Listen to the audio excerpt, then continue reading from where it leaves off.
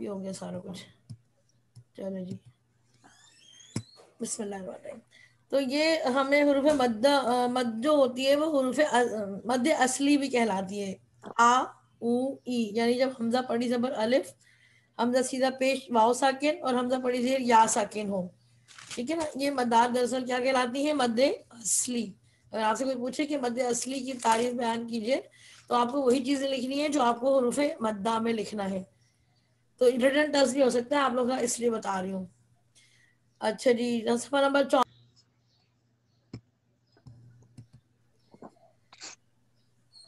تو یہ المد واجب علی الالف، اس کی پہچان کیا ہے کہ جب واقع ہوتا ہے، میرے موبائل کو ہاٹ اسپاٹ آن کر دو. جب واقع ہوتا ہے حمزہ کب؟ حروف مدہ کے بعد، یعنی الف مدہ کے بعد جب حمزہ اصلی شکل میں واقع ہوتا ہے. ٹھیک ہے نا. تو یہ کیا کہلاتا ہے؟ یہ کہلاتا ہے مد واجب مد متصل واجب. ٹھیک ہے، اس کو کیا کہتے ہیں؟ مد متصل واجب. یہ ہماری پہلی مد ہے واجب. اور اس کی مقدار ہوتی ہے 3 الف کے برابر، 2.5 الف کے برابر نہیں ہوتی.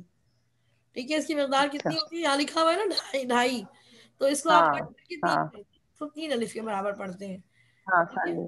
پہلی مد ہے یہ ہماری. اور کیا ہے؟ جب واقع ہو حمزہ اپنی اصلی شکل میں ایک ہی کلمے میں. یہ اس کی پہلی شرط کہ حمزہ اصلی شکل، اور دوسری شرط کیا ہے کہ ایک ہی کلمے میں. جب یہ ایک ہی کلمے میں حمزہ کے بعد یعنی الف مدہ کے بعد حمزہ اپنی اصلی شکل میں ہو. ٹھیک ہے. تو وہاں پر 3 الف کے برابر مد ادا کرتے ہیں اور اس کا نام ہے مد متصل واجب. القاعدہ تمہیں دیکھ لیتے ہیں ہم. حمزہ پڑی زبر الف، حمزہ پڑی زبر الف. ہاں ہاں کیا ہے؟ کسی کو یاد ہے؟ حمزہ پڑی زبر الف مد. حمزہ پڑی زبر الف حمزہ مد ایسے حمزہ کو پڑھیں بھی گے تو نا. اٹھاتے ہیں نا. حمزہ پڑی حمزہ زبر الف مد آ. پڑی اچھا زبر مد ایسے پڑھیں گے شاید. حمزہ پڑی زبر الف حمزہ مد آ. حمزہ بھی ہے نا آگے، اچھا ہاں اس کو ہاں بھی ہجے میں اٹھائیں گے آپ. جو آگے والے کو بھی اٹھا لیں گے. ہاں آگے والے کو بھی اٹھا لیں گے. اچھا. ٹھیک ہے. حمزہ پڑی زبر الف حمزہ مد آ. حمزہ پڑی زبر آ. با پڑی زبر الف حمزہ مد با. اچھا حمزہ پڑی زبر با. تا. ہجوں کو جو ریکارڈنگ میں سن لیجیے گا تو اگلی ہجے اٹھانے میں بھی آسانی ہو جائے گی انشاءاللہ. اگلا ہے القاعدۃ کی ہجے. القاعدۃ کی ہجے والاجرا. ہو گئی ہے. والاجرا پہ آ جائیں. والاجرا میں ہے ہمارا پہلا لفظ، دیکھ لیتے ہیں. بسم اللہ الرحمن الرحیم. والاجرا اور قاعدے کو جاری کرنا. عین سیدھا پیش او، لام پڑی زبر ل اولا، میم پڑی زبر الف حمزہ مد ما. علماء حمزہ دو پیش ہے. حمزہ سیدھا پیش او. علماء وقف علماء. اس کا حمزہ کی ساکن کا وقف ہمیشہ جھٹکے کے ساتھ ادا کرتے ہیں. ٹھیک ہے.